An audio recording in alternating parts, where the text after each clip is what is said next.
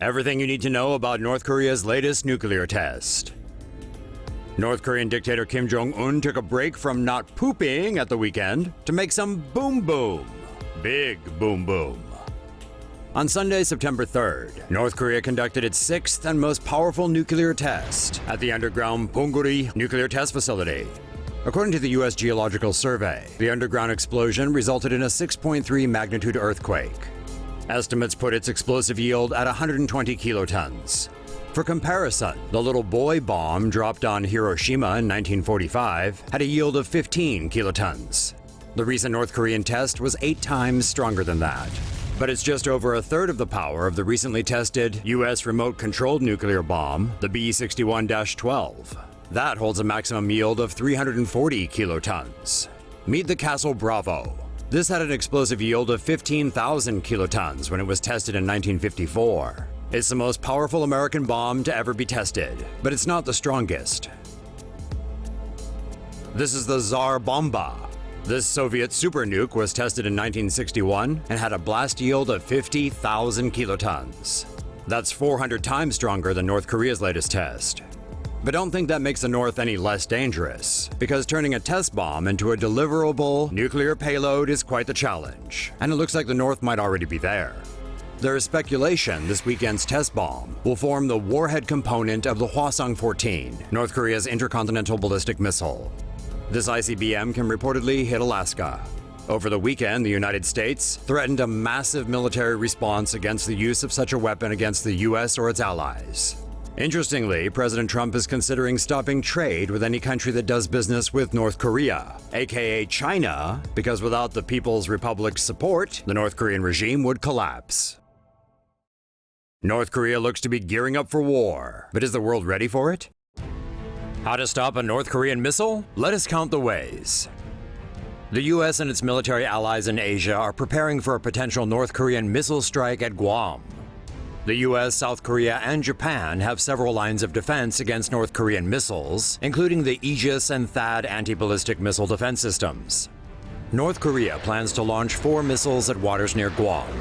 THAAD systems in South Korea could track the missiles by radar, but would not be able to intercept them in space on their trajectory to Guam. The trajectory of the North Korean missiles may also carry them past Japanese Aegis ships in the Sea of Japan. However, US Aegis ships stationed in the Western Pacific would stand a better chance of interception. The last line of defense is the THAAD missile defense system on Guam. The system has a good record in tests, but has never been tested in a real-world scenario. One other option is to allow the North Korean missiles to hit their target and fall into the sea. If Japan or the US shoot the missiles down, things could escalate with North Korea. If the Allies fired and missed, however, it would send a strong signal to North Korea that US and Japanese anti-missile defense systems don't work, which may embolden Kim Jong Un's regime. Russia flies nuclear bombers near North Korea. Moscow has decided to flex its muscle in a rare show of force by flying nuclear bombers around the Korean peninsula. The move comes amid escalating tensions between the US and North Korea over Pyongyang's nuclear program. Russia said nuclear-capable Tupolev 95 MS bombers were flown over the Pacific Ocean, the Sea of Japan, the Yellow Sea, and the East China Sea. This prompted Japan and South Korea to scramble fighters to escort the Russian aircraft. The 2 Tupolev 95 bombers were also accompanied by 2 Russian Sukhoi 35S fighters and an A-50 early warning and control aircraft. Moscow did not say when the mission took place, but announced the flight on the same day it criticized US and South Korean joint military drills, which began on Monday. So where exactly is Guam? North Korea says it will soon be ready to launch missiles that will land near Guam as tensions ramp up between Pyongyang and Washington. Guam is located in the western Pacific Ocean, around 2,100 miles from North Korea. It is within the range of North Korea's medium and long-range missiles. The 210-square-mile island is a U.S. territory.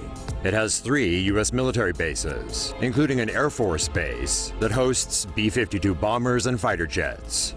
Some 6,000 U.S. troops are stationed on Guam, which has a total population of around 162,000 people.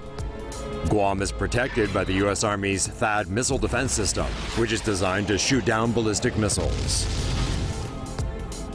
According to state media, North Korea's military is waiting for approval from Kim Jong Un to fire 4 rockets that will land in the sea about 17 miles from Guam. Meanwhile, President Donald Trump has warned Kim's regime that any threat to the U.S. would be met with fire and fury. How easily can the U.S. declare nuclear war? U.S. President Donald Trump says the U.S.'s nuclear arsenal is far stronger and more powerful than ever before, after warning North Korea that their provocations would be met with fire and fury. Amid the escalating tensions between the U.S. and North Korea, some have expressed concern over whether a war, specifically nuclear war, is imminent, and how easily the U.S. president could make that happen. The U.S. Constitution gives Congress the power to declare wars and authorize funds to support them. The president would normally appeal to Congress for authorization if he wants to declare a war.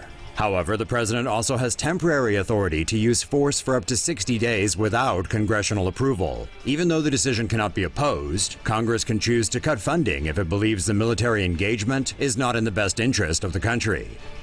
Under international law, the U.S. may only use military force against another sovereign state if it faces an imminent, unprovoked, and certain threat. The U.S. may use force in anticipation of that attack, but it cannot declare war based on potential threats. Or the U.S. could declare war after receiving authorization from the UN Security Council, in which it serves as a permanent member. However, other permanent members, such as China and Russia, could use their veto power to prevent the U.S. from taking action. The U.S. and North Korea came very close to war in 1994, after Pyongyang announced its intention to withdraw from the Nuclear Non-Proliferation Treaty. The crisis was reportedly resolved after a top-level diplomatic meeting of former U.S. President Jimmy Carter and former DPRK leader Kim Il-sung.